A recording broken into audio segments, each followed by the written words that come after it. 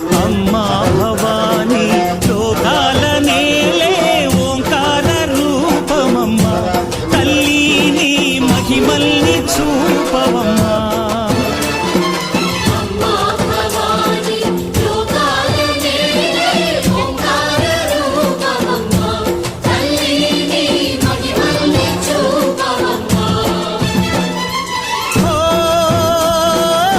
సృష్టికే దీపమా, శక్తికే మూలమా, సింహరథమే నీదమ్మా. అమ్మ దుర్గమ్మ భక్తులను దీవించుమా.